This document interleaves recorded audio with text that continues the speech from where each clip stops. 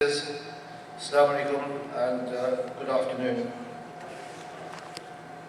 It's been about 3 years since I came to the last convention. And I think it really gives me a good opportunity to see how we in both continents are progressing in the last 3 years.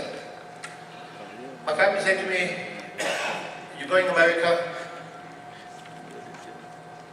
Why?"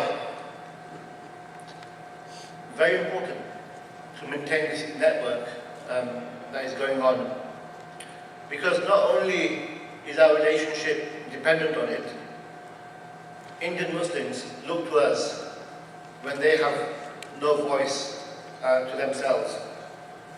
But today, I want to talk about some of the issues one or two brothers have talked about what we do. And really this is the focus of my conversation I want to have with you. Our goals of the CIM, which is the Council of Indian Muslims in UK, and the Indian Muslim Council in UK, are saying we were established under quite common circumstances in the aftermath of Gujarat 2002. As they say, some matches are made in heaven, and long may it continue. But the circumstances under which we were formed should be prevented, and this should be our main role.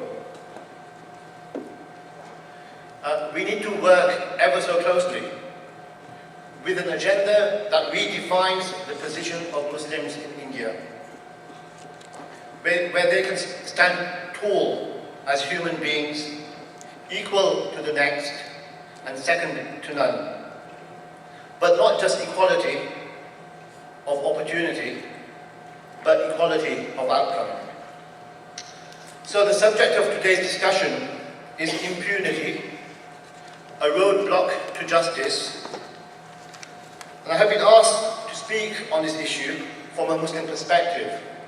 In my other roles, I do have a lot of conversations with Christians and Jewish faith groups as well. And I hope my comrades here understand that my perspective today is on the Indian Muslim perspective. And from the testimonies we hear, from people, from the media, it's very self-evident that Muslims in India are an endangered species.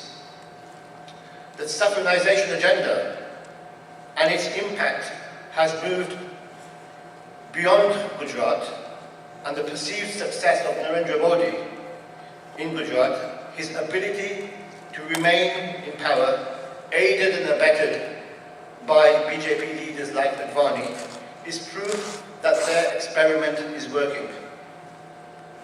Therefore, there is no guarantee of the security of the Muslims individually or the Muslim community in India.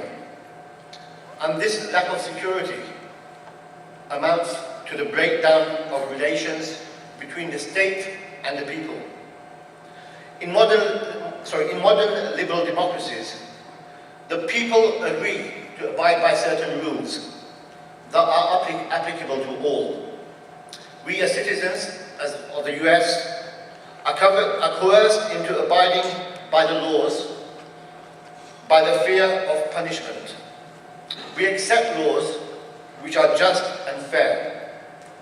But when laws are broken by the state, or where there is a failure of the state to protect our security, or where state machinery is involved in deliberate action to cut the biblical cord between the state and India and Indian Muslims by whatever means necessary, then there is no rule in the book that says that respect is owed to the state.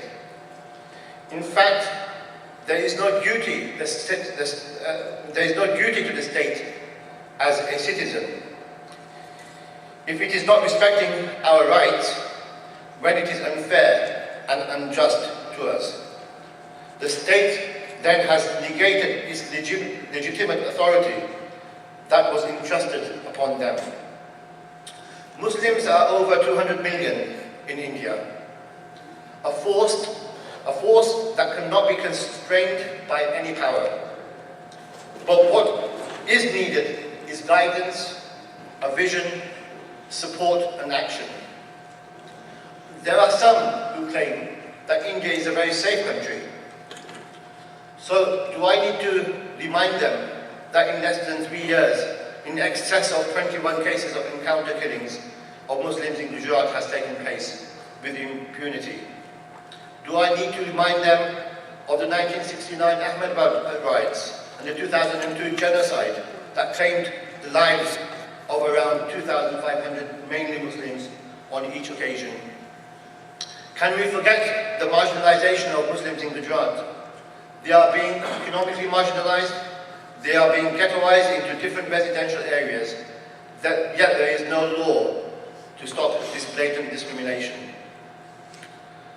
Whilst over 2,500 Muslims died in Gujarat in 2002, we may ask if anything substantial has changed since then. What did the Congress party do when Narendra Modi's visa was revoked to come to India? Prime Minister Manmohan Singh argued Modi's case on sovereignty issues. India is out of touch with the problems that its country's minorities face, and they were worried about sovereign norms. India supports an autocratic regime to keep themselves in power and propagate communitarian rights at the cost of individual rights. When they do something, it is merely a matter of show. Blood money paid in place of standing up to their responsibility of protecting its people, ensuring equality of opportunity and equality of outcome. Then, again, Gujarat 2002, described by most secular organizations as a crime against humanity. The definition is very important, because what definition we give to it implies certain international responsibilities. And for the international community to be involved at all, it has to be a crime that shocks the conscience of humanity. This is the view of American philosopher Michael Walzer, and that's his definition. And this is not to do with numbers. When it shocks the conscience of humanity, it has nothing to do with numbers. Just as much as Rwanda was a situation that shocked the conscience of humanity, so was the Gujarat genocide. And yes, I mentioned Rwanda, where over 800,000 mainly Tutsis were killed. And I recently saw a documentary that reminded me so much of the goings-on in Gujarat. And then I studied it in much greater detail. Afterwards, there are many lessons that I could find that we can take from that particular complex political emergency. But one must take the lessons and be proactive. Or as Asma Jahangir, the UN Special Rapporteur, speaking during a visit recently to India, she said there was a real risk that similar communal violence might happen again, unless incitement to religious hatred and political exploitation of communal tensions were effectively prevented. She urged both the government and non-state actors to diffuse tensions and address the root causes ahead of time. So we can say that there is some inevitability of crimes like Gujarat 2002 happening again, unless there is action. It may also be prudent to look back at the foundations of Indian democracy, to remind ourselves what Indian democracy was about. Indian democracy was the outcome of the freedom movement, which in turn was based on the values of liberty, equality, and fraternity. During the freedom movement, there were marginal streams which did not subscribe to these values, and they stood out as the Muslim League on one side and the Mahasabha and RSS on the other. The Indian nation inherited the celebrity ethos of pluralism and diversity. Yet, India is afraid of international accountability for its actions. If India is so committed to the human rights of all, then one thing it must do is make itself and the culprits available to international law courts so that Muslims and minorities have the possibility of seeking justice in a timely fashion. However, there are deeply entrenched positions of some that want to see minorities nullified. These people include politicians, but also powerful people who use their positions to bolster their agenda.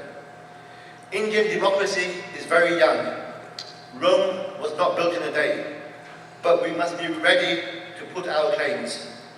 Whilst we can easily ask for more in the Indian police service, in the Indian administrative service, this alone is not going to resolve the problem.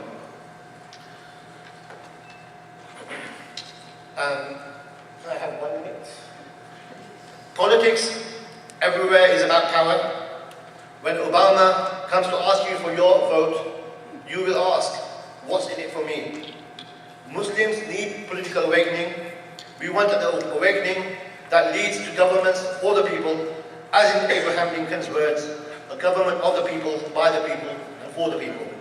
A representative democracy where the state does not act in a partisan way, is neutral to all, where the influence over the police by politicians is severely limited whilst maintaining public accountability. And coming back to Rwanda, there were many early warnings of impending troubles. Just as the Hutu president made its own Tutsi communities refugees, Narendra Modi had done the same.